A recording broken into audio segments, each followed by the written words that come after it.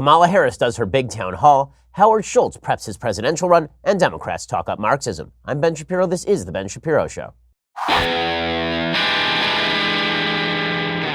Oh man, a lot of news coming your way, and also a lot of me blowing my nose because this cold just will not leave. We'll get to all the news in just a second, but first, let's talk about the fact that in 2008, the U.S. national debt was $10 trillion, and by the end of 2018, the debt was over $21 trillion. It is rising now like a hockey stick. If you don't think that we are sitting on a house of cards, you're living with your head in the sand, but since you're listening to my podcast, that probably means that you're smarter than the average American. So what exactly is your plan? Can you afford another hit to your retirement, like the last downturn when the S&P dropped 50%? Well, you probably should be diversified. Hedge against inflation, hedge against uncertainty and instability with precious metals. Gold is a safe haven against uncertainty. My savings plan is diversified, and yours should be as well. The company I trust with precious metal purchases, Birch Gold Group.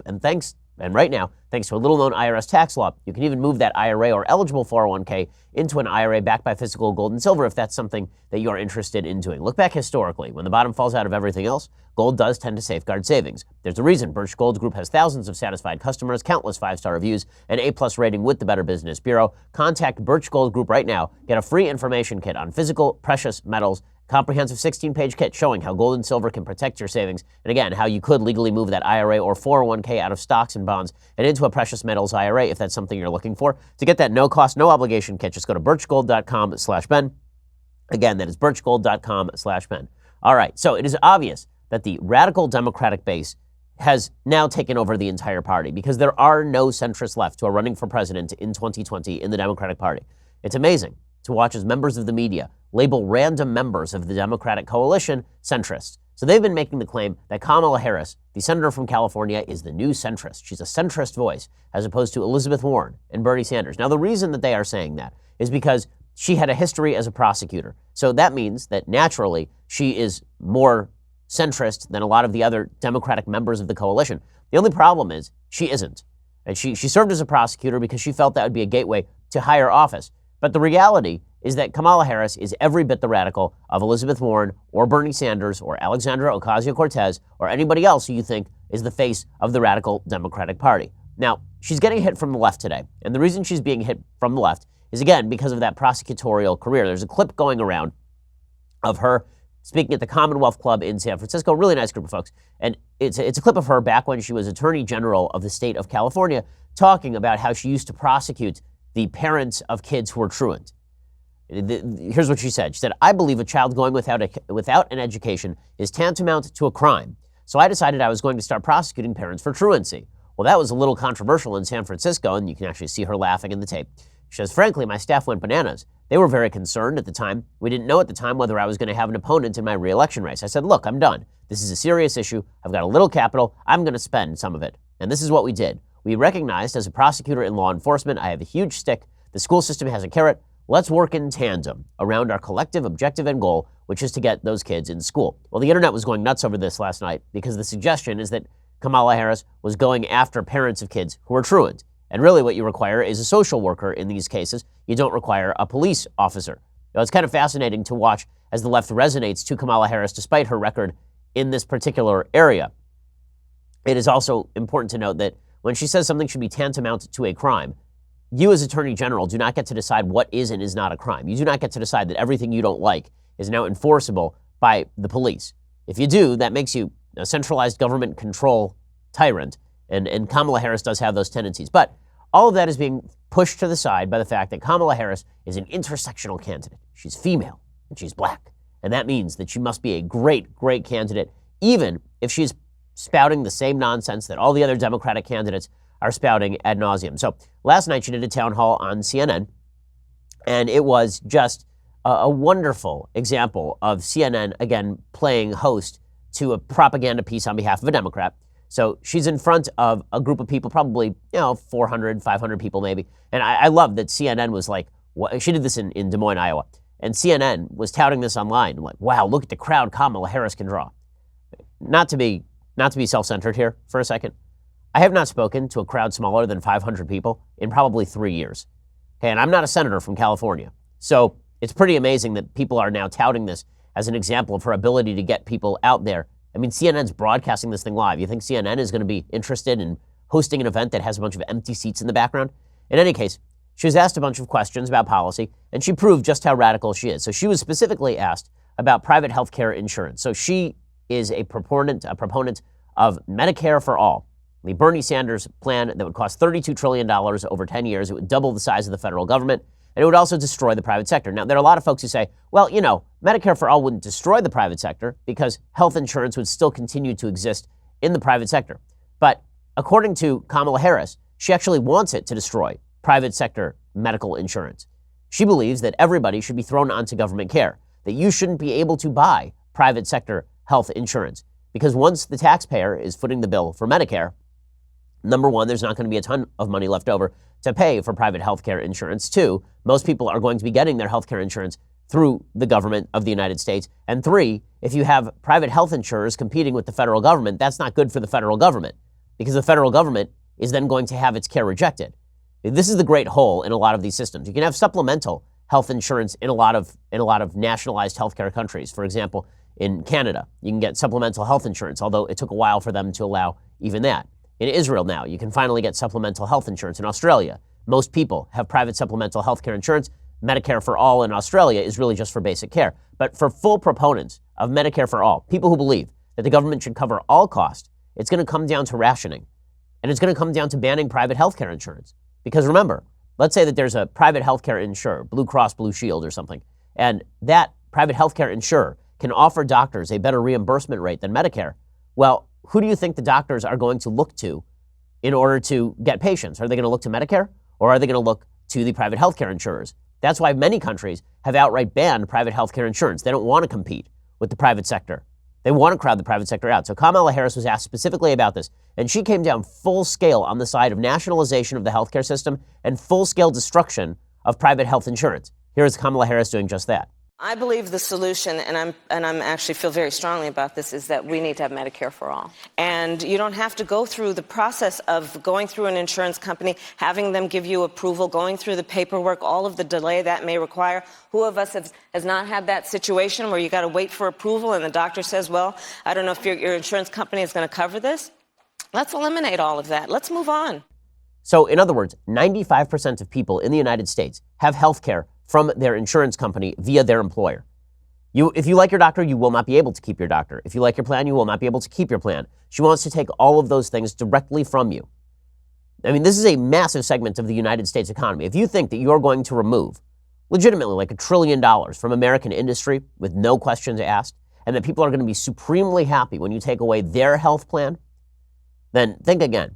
And the thing about Obamacare, Obamacare is a piece of crap legislation, but the thing about Obamacare is that Obamacare was purportedly about trying to help people in the individual market. If you had your health insurance program through your employer, Obamacare theoretically did not touch it. Now, that's not true. Obamacare did regulate the insurance companies and make it nearly impossible for you to get the same level of care at the same cost as you did before. It raised healthcare costs across the board. But it was specifically driven by the needs in the individual market, people who had lost their jobs and had a health problem and now couldn't get health insurance. But it was not directed at destroying the entire system. Kamala Harris, Bernie Sanders, these are folks who want to destroy the entire system from the very center of the system. They want your plan to be gone. They want your doctor to be gone.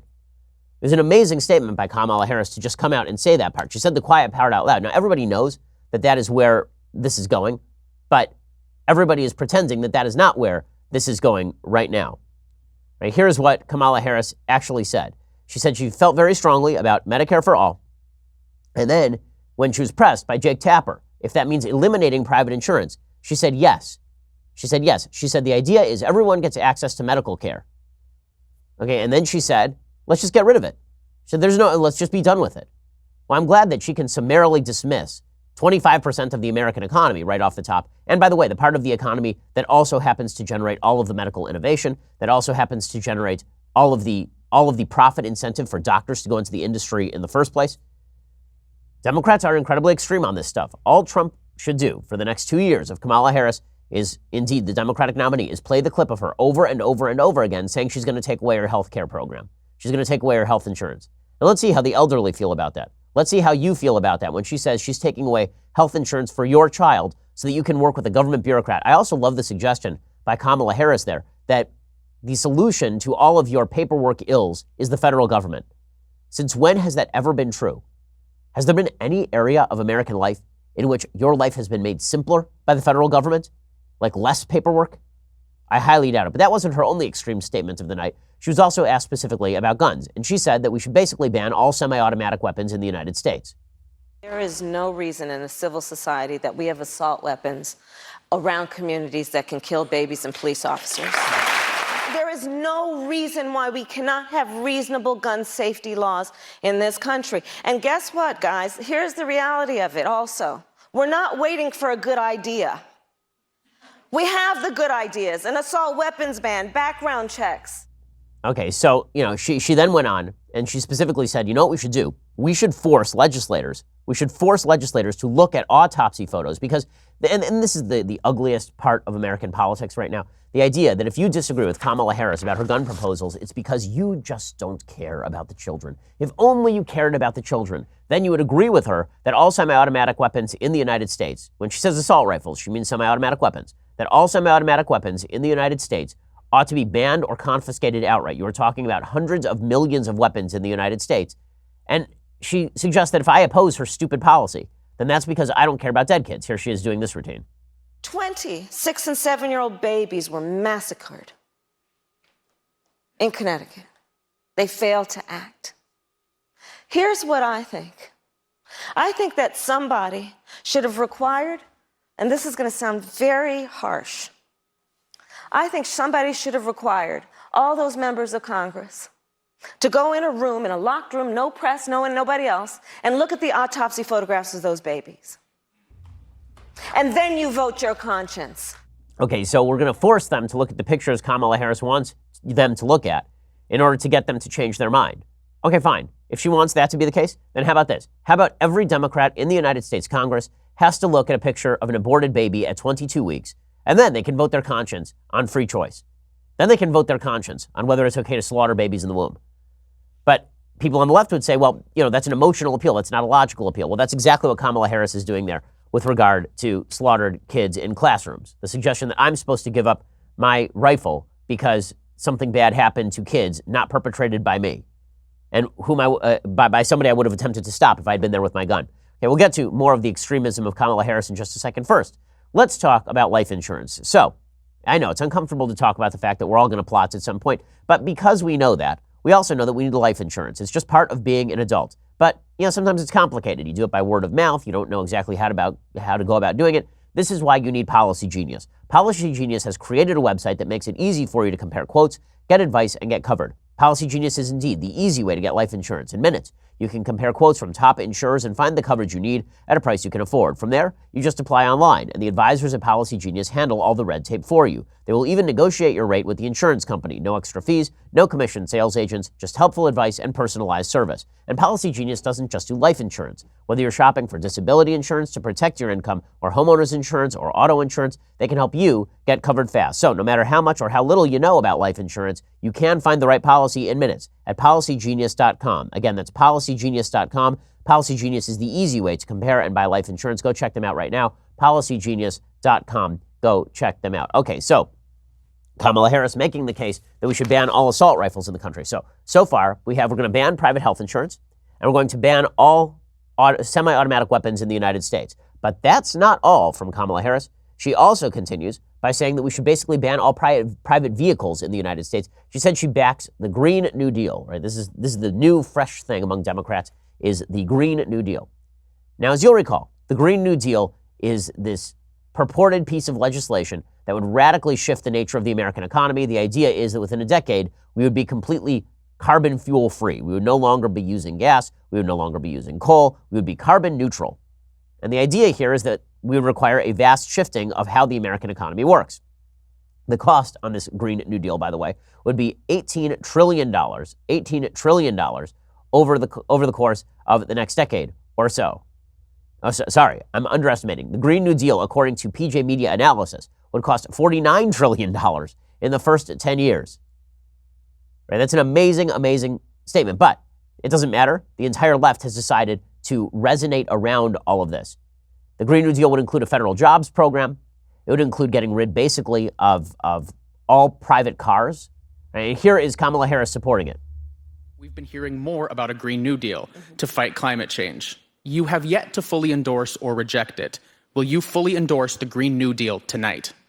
I support a Green New Deal, and I will tell you why. Climate change is an existential threat to us, and we have got to deal with the reality of it. All children need to be able to breathe clean air and drink clean water, and we've got to have a commitment to a policy that will allow that to happen for ourselves and our children and our grandchildren, and right now we don't. That Green New Deal that she is endorsing right there requires cutting the United States military in half, ending 87% of U.S. energy, and banning cars.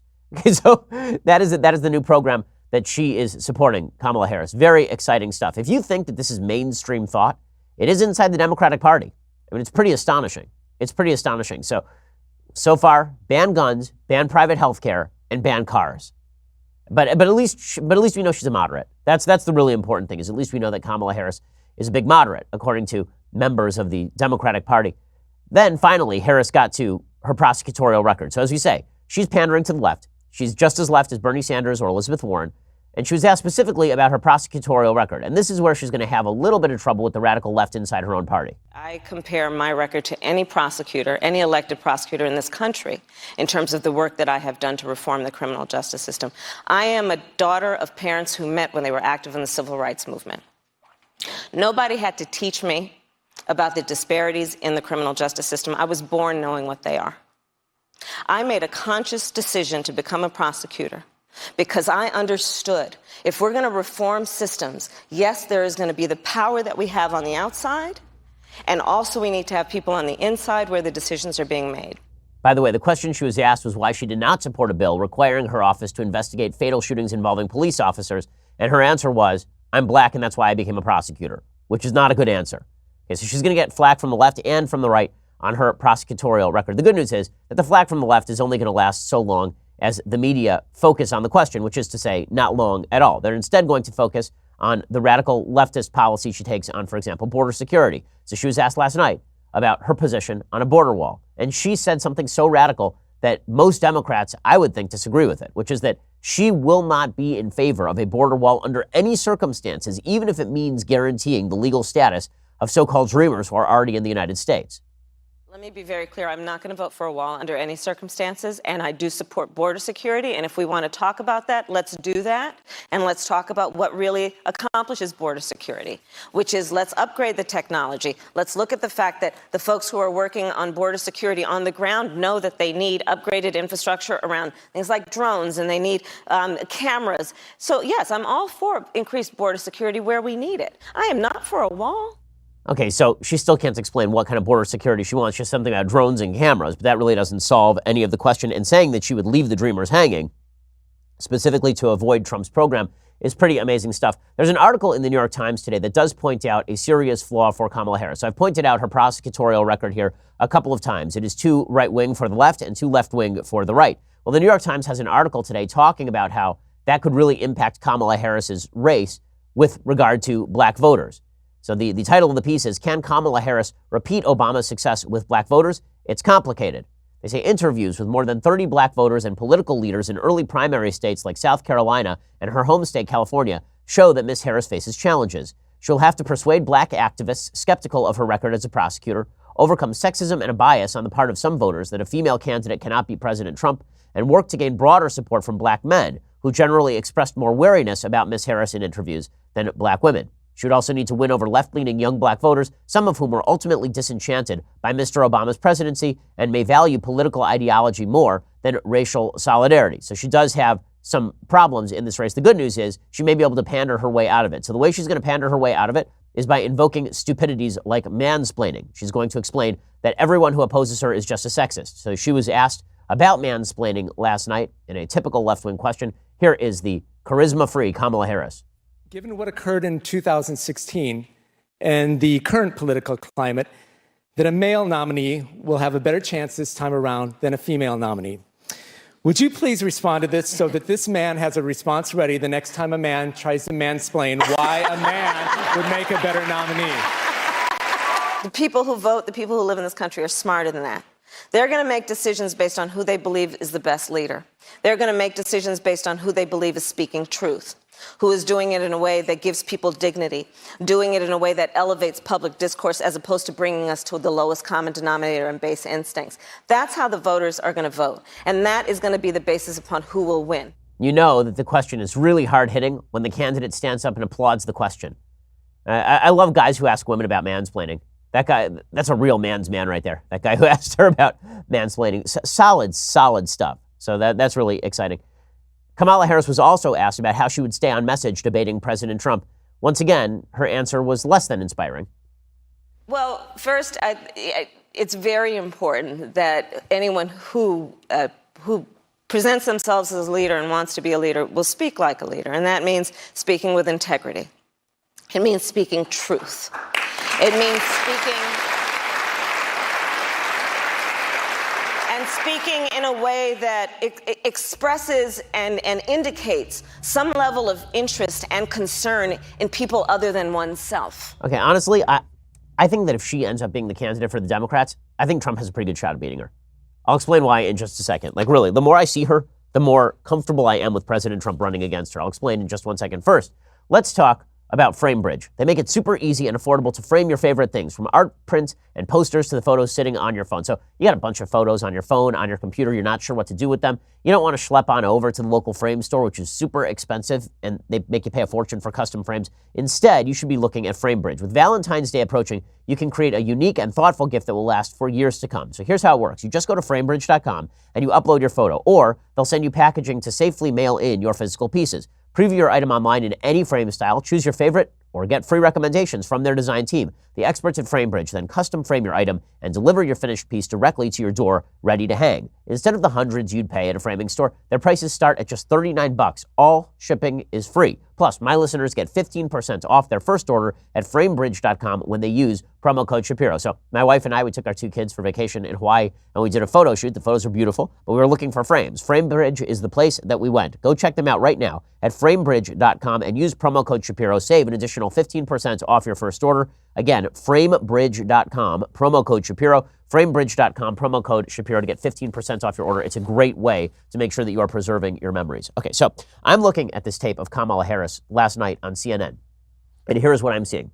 I'm seeing a person who is radically pandering to the far left. I'm seeing somebody who's struggling with her own record as a prosecutor, and I'm seeing somebody who is giving platitudinous answers to obvious questions. She's not really exciting, is the thing. Okay, Barack Obama could do this because he was the first Barack Obama. But you can't be the first Barack Obama if you're the second Barack Obama, you just happen to be female. There's nothing particularly exciting about Kamala Harris. And the media trying to manufacture excitement for her is pretty astonishing, honestly, because she is not an exciting candidate. I mean, when you watch her, if you're on the left, you watch her and you go, wow, she blows me away. Or does she feel a lot more like sort of a typical politician than something brand new and exciting? There's no sizzle there. You know, Donald Trump, if you got a stage with Donald Trump and Kamala Harris, it looks a lot more like the stage of Donald Trump and Hillary Clinton than it looks like Donald Trump versus Barack Obama, for example. She's just not nearly as talented a politician as Barack Obama was. I mean, few people are. I mean, that's not a rip on her. That's just a reality. Barack Obama was a very talented politician. She happens not to be. She ran in a very safe state in California. She was given her first lift in politics by a married man she was dating. She's had a pretty easy ride to the position that she now occupies. There's nothing about her that makes people stand up and cheer, really. I mean, they're told they should cheer by the media. They're told that they should cheer because we need a black female president. As opposed to just a black male president, we now need a black female president. But if you're a progressive, are you more excited by her, or are you more excited by the full-on Marxism of Elizabeth Warren and Bernie Sanders? If you are a millennial, are you really excited by Kamala Harris? Does she strike you as somebody who is going to make you get out there and pound on doors? I don't think so. And I think that she's also going to get Republicans out there to vote en masse. I mean, she is saying openly that she is going to destroy the entire private healthcare system in the United States. Now, when Elizabeth Warren says it, I guess that lefties get excited.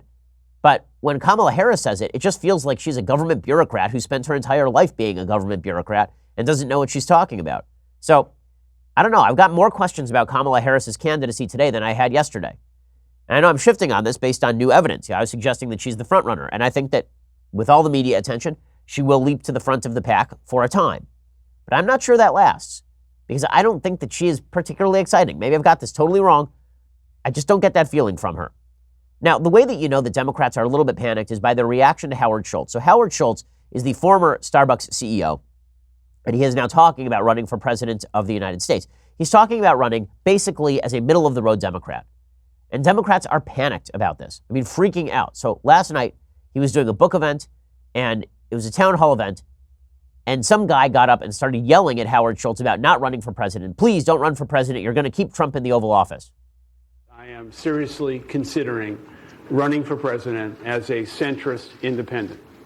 And I wanted to clarify the word independent, which I view merely as a designation on the ballot. And don't help elect Trump, you egotistical billionaire. Okay, so I love that people are really upset about this. It's not just that random guy in the audience. I mean, frankly, I don't understand what Cory Booker is doing out there in the audience, shouting at him. Yeah, don't help elect Trump. But Democrats are so threatened by the possibility of a centrist Democrat running that they're getting up and shouting at Howard Schultz. Now, the way to stop people from voting for Howard Schultz, if you're a Democrat, is to nominate somebody who isn't bat bleep crazy, is to nominate somebody who isn't pledging to destroy 1/4 of the American economy. How about you nominate somebody who doesn't pledge to remove guns from the hands of 100 million people? Why don't you start with that? Like if you nominated somebody who wasn't quite as nutty, then maybe you wouldn't have to worry about Howard Schultz. But the fact is that Democrats in the base want their cake and they want to eat it too. They want to be able to nominate somebody radical without alienating everybody in the middle. This is why Michelle Goldberg over at the New York Times is in a sheer panic today.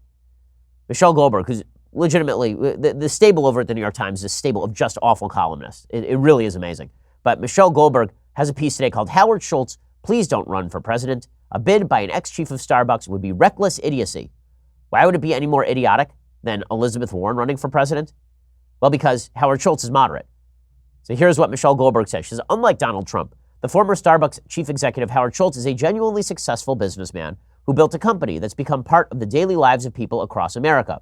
For this, those of us who are horrified by Trump's relentless grifting should be grateful. It gives us something concrete to boycott should Schultz decide to launch a narcissistic spoiler campaign for president.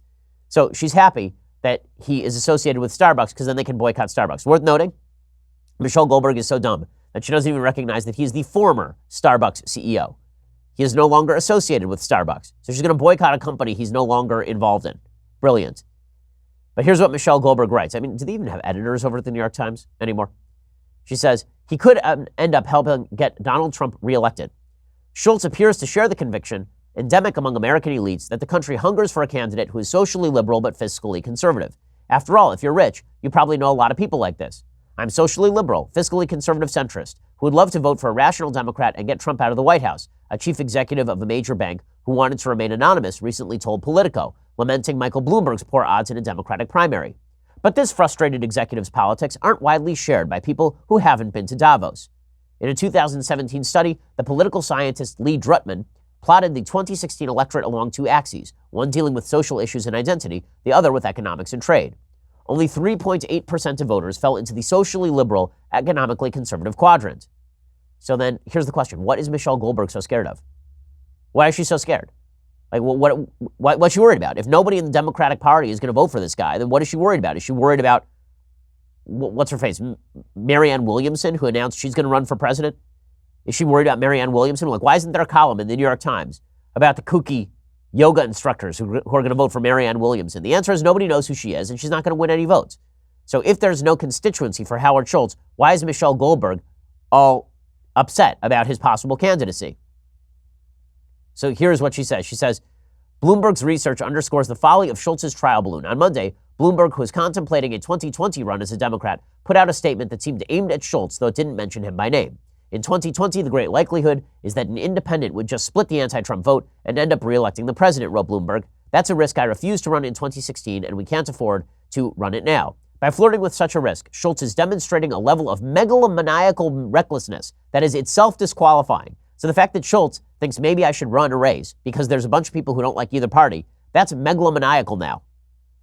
So you can't have it both ways. Either no one's going to vote for him, so why are you worried? Or everyone's going to vote for him, so maybe he should run. But Michelle Goldberg and many in the Democratic Party want it both ways.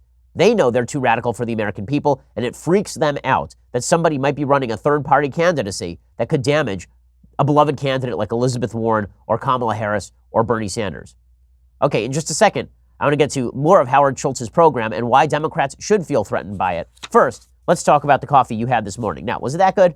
My guess? Mediocre. You want better coffee. Morning coffee is an American institution, which is why when it comes to starting my day, I reach for the most American coffee on the market, Black Rifle Coffee. Black Rifle Coffee gives a portion of their sales to vets and first responder causes. Black Rifle Coffee is roast to order, guaranteeing you fresh, delicious coffee with every single order. Black Rifle's Coffee Club makes things easy. You just pick your blend and the amount you want, and Black Rifle ships your coffee direct to your door every month, hassle-free. Wake up with America's coffee, Black Rifle Coffee. Visit blackriflecoffee.com/Ben. Receive 15% off your order. That is blackriflecoffee.com/Ben for 15% off. Again, blackriflecoffee.com/Ben. Go check them out right now. I know the folks who run it. These are not the PC folks who are going to be ensuring that their coffee shops turn into bathroom stops for randos. These are folks who actually just want to make good coffee and bring it to your door and then give some money to vets and first responder causes. Great folks over there. blackriflecoffee.com/Ben and get their roast to order coffee club to make sure that everything is arriving at your door on a regular basis. blackriflecoffee.com/Ben. Okay, I want to get to more of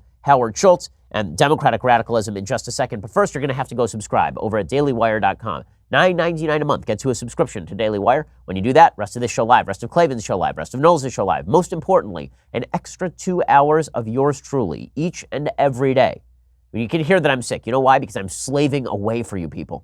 Go check it out right now. $9.99 a month gets you a subscription. You can ask questions in the middle of the show. We do that sometimes. It's a lot of fun. And the only way you can have that show on demand is by going to dailywire.com. For $99 a year, you can get all of those glories plus this. The very greatest in beverage vessels, the leftist tears, hot or cold tumbler. Feast your eyes upon it and despair that you have it not. Go check out the leftist tears, hot or cold tumbler right now and spend $99 a year. Get all of the great services we've talked about. Also, subscribe at YouTube and iTunes. You can get our Sunday specials. You can get our Daily Wire backstages. All sorts of great stuff happening over at dailywire.com. We are the largest, fastest growing conservative podcast and radio show in the nation.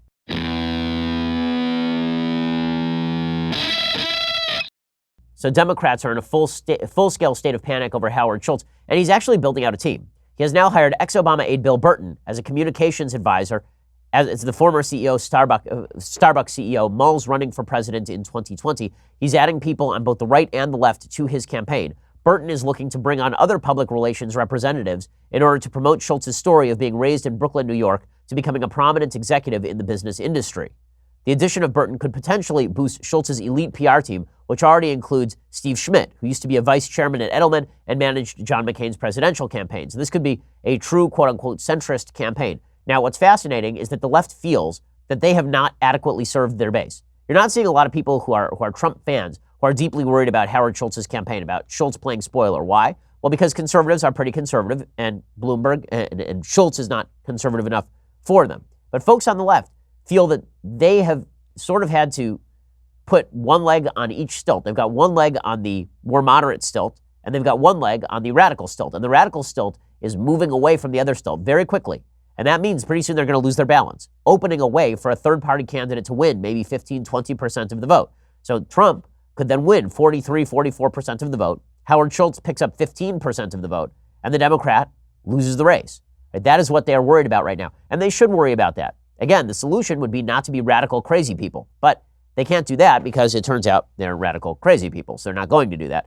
So Howard Schultz, if you look at what he's been saying, a lot of it is true, and a lot of it, I think, appeals to people in the center. So, for example, he was specifically asked about Democratic health care plans. Now, you already saw earlier in the program Senator Kamala Harris talking about how she wants to do away with all private health insurance in the United States of America. An insane position that will end with massive numbers of doctors going into concierge cash for payment, that will end with hospitals going bankrupt, that will end with people getting poorer care and rationed care. Here's Howard Schultz talking about how these healthcare plans, they're just not realistic. Every American deserves the right to have access to quality health care. But what the Democrats are proposing is something that is as false as the wall, and that is free health care for all, in which the country cannot afford. Okay, and that, of course, is exactly true. The country cannot afford, quote unquote, free health care for all. There's no system on planet Earth that makes that makes healthcare affordable, universal, and quality. There's just no way to do it. And when I say affordable, universal, and quality, I mean that if you want the best in choice, you are going to have a free market system. Now, the best system that is available, if you were going to look just at the efficacy of a healthcare system, is probably Switzerland's system. There you have what is essentially a massive individual mandate where you are forced to pay for health insurance yourself from your own pocket to a certain percentage of your income, and then the government may supplement the rest if you can't actually afford healthcare insurance. But it's still largely private, meaning there are private healthcare services in Switzerland. In France, most of the hospitals are still private. Most of the care is still private. It's just there's heavy government subsidization of private care. When Kamala Harris talks about a full takeover of the government industry, she's talking about something that looks more like the UK or Canada.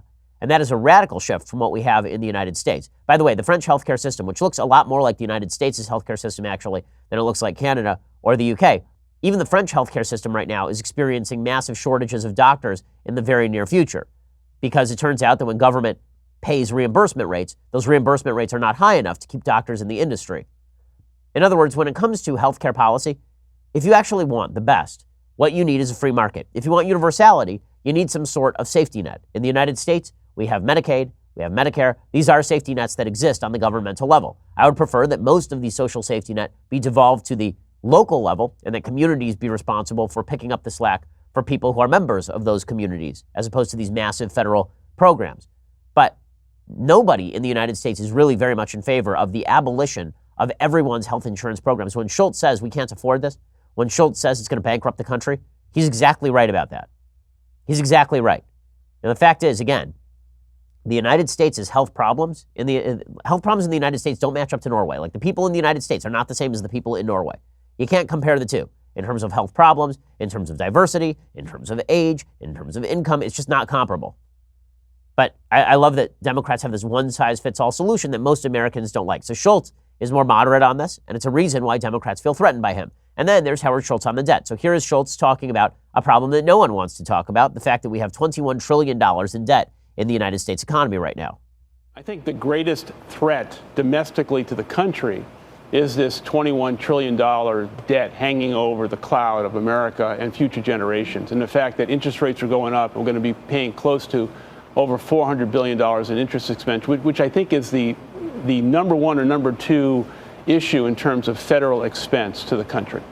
The only way we're going to get out of that is we've got to grow the economy, in my view, 4% or greater, and then we have to go after entitlements. Okay, all of that is 100% true.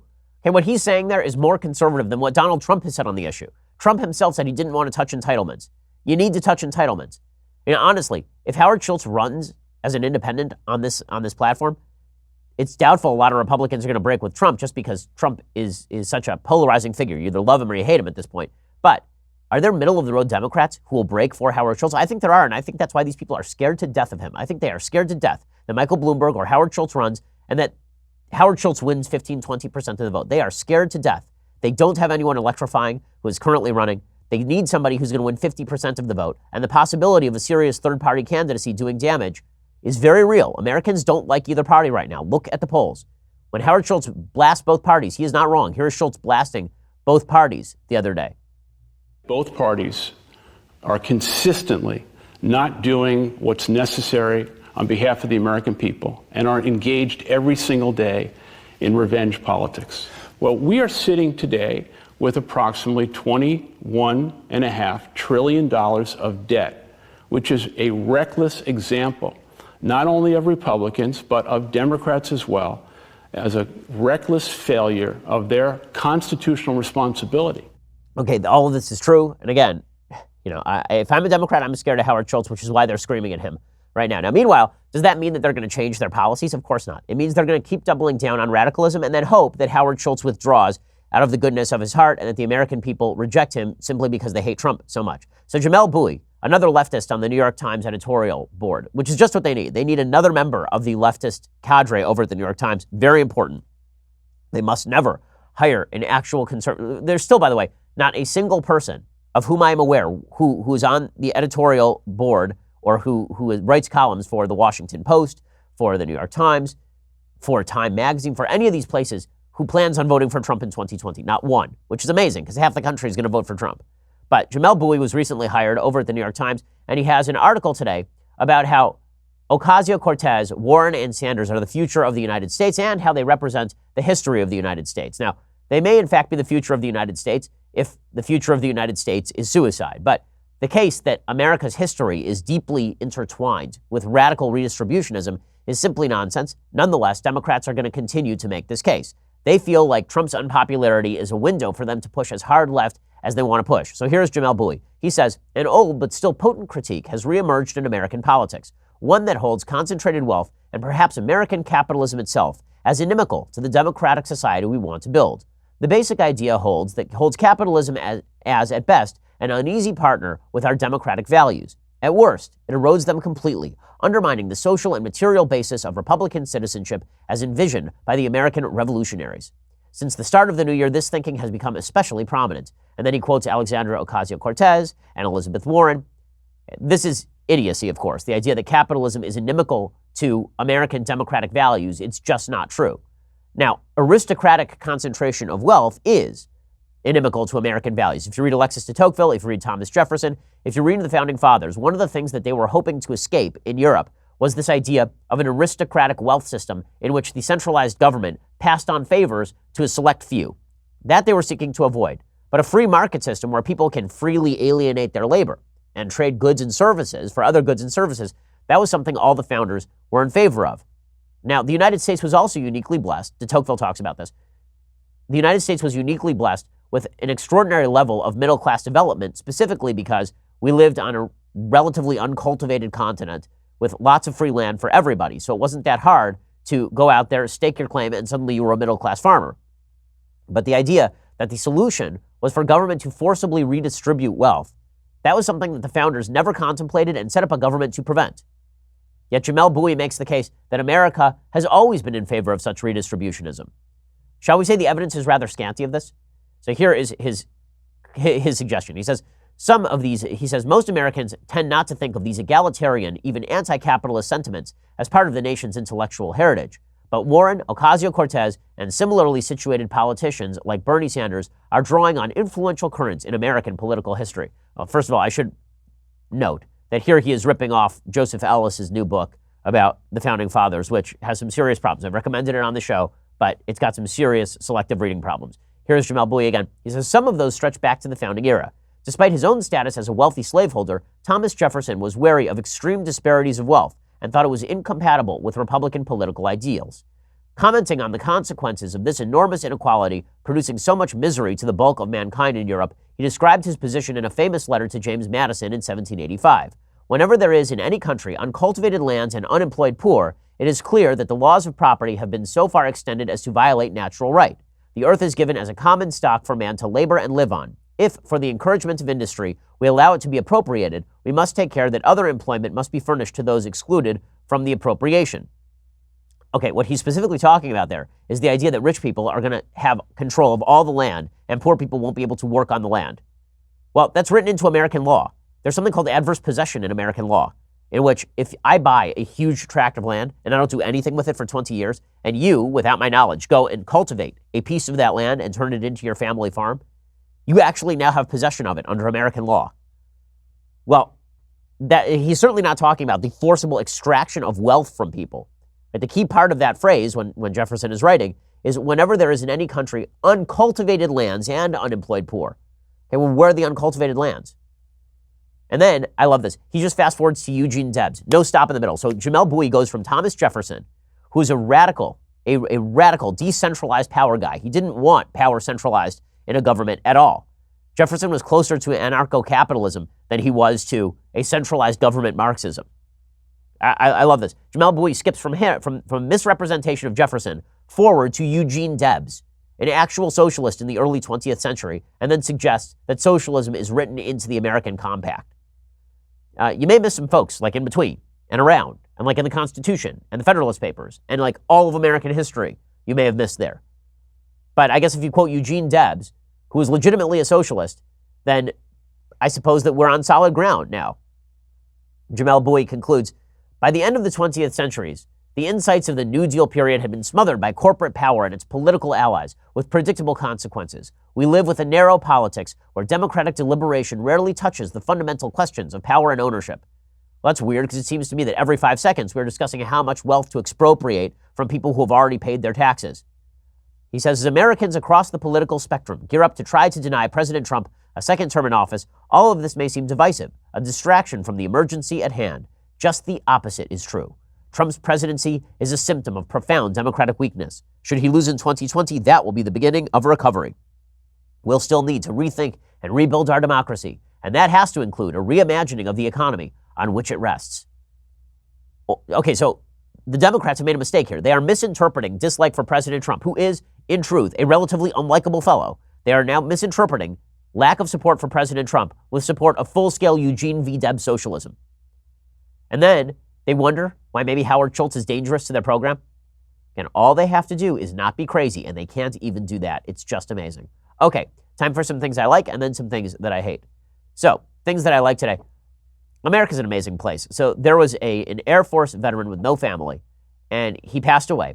And there was a story about this, that folks, that he had nobody to show up at his funeral. Well, folks like Jake Tapper, some other folks in the media, they made the case that folks should show up to this guy's funeral. Again, Air Force veteran, had no family, and thousands of people showed up to the funeral of a person they did not know.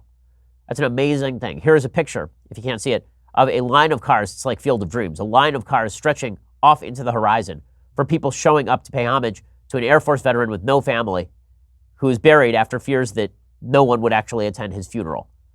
It's an amazing, amazing thing. It's an amazing country. It really is. There's so many good people in this country.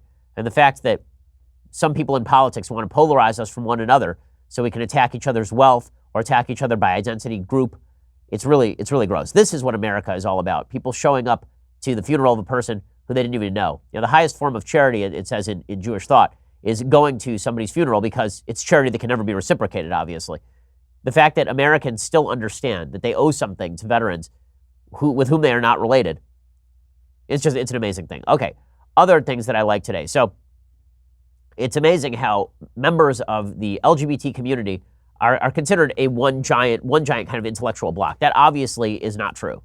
It simply is not true. If you're a lesbian or a gay person, there's no reason that you should buy into the propaganda that suggests that men can become women and women can become men. And yet, if you are a lesbian or a gay person who believes in biological sex, you will be ostracized just the same way any conservative would be. So, for example, there was an event at Heritage Foundation, and Kara Dansky, a feminist lawyer and spokeswoman for Women's Liberation Front, spoke against the so-called Equality Act, denouncing the transgender and gender identity movement as anti-woman and anti-lesbian in particular, which makes perfect sense. I mean, if you are a lesbian, presumably you prefer members of your same sex. Well, in order for that to make any sense, sex has to be in a non-changeable category. Otherwise, a man could be a woman. I mean, we have seen weird situations like this. You know, my sister used to teach at a college, and she told me that there was a situation in which a man who identified as queer, right, meaning that he was not straight, and a woman who identified as transgender and queer ended up marrying each other. So it was just a man and a woman marrying each other, but they had weird labels that they had attached to themselves. But it was just a normal marriage. Okay, but apparently, if you are in the lesbian or gay community, you must be forced to abide by dictates that actually make your own view of sexual orientation and sex relatively obsolete. Here are some members of a panel at Heritage Foundation talking about this. I got kicked off of the Baltimore Mayor's LGBTQ Commission as the only lesbian, simply for stating biological facts. After a months-long witch hunt, I was found guilty of violence. My crime? Using male pronouns to talk about a convicted male rapist who identifies as transgender and prefers female pronouns. It doesn't matter that he sexually assaulted 2 women in a women's prison after being transferred there on account of his gender identity. Oh no, it is far more criminal for me to call a male rapist he than it is for him to rape. Okay, and that's Julia Beck, who is a lesbian, talking about this. It is pretty amazing. It is pretty amazing, but that is the world in which we now live, and it's a pretty ugly world. Okay, time for some things that I hate. So it now appears that there is no plan in Afghanistan. President Trump is about to sign a new peace deal, apparently, with the Taliban in Afghanistan. Now, there was a case to be made that originally, when we invaded Afghanistan, the entire goal was just to destroy the Taliban and then prop somebody else up and leave. We tried that, and apparently that has failed. I've talked to many people who have served in the military in Afghanistan, people who have been in positions of power in Afghanistan, and what they say is that unless you are willing to cross the border and do the heavy lifting of going after terrorists in Pakistan, unless you're willing to tick off the Pakistani government, the Taliban was always going to end up retaking Afghanistan. Now the question is whether the United States is going to hastily withdraw from Afghanistan and turn the country back over to the Taliban. Just as in Syria, there seems to be a real desire for America to withdraw. The fact is that if America does withdraw, the Taliban will take over again. It will once again become a safe harbor for terrorists. We'll ignore it for 10 years, and then there will be a terrorist attack. The entire reason we went into Afghanistan, again, was because of 9/11. This was the good war, supposedly, according to Barack Obama. Even that good war is now being undermined by the idea that the United States has to pull out as fast as possible. Damn the future consequences. Well, according to the New York Times, a hasty American withdrawal would erode the authority and legitimacy of the Afghan government, raising the risk that the Taliban could recapture control of the country. Short of that, it could consign Afghanistan to a protracted, bloody civil war. Here's the thing about American foreign policy. There are not always great answers. Sometimes the best answer is just to muddle through. And it seems like most presidents kind of get this. President Trump gets this. So did Barack Obama.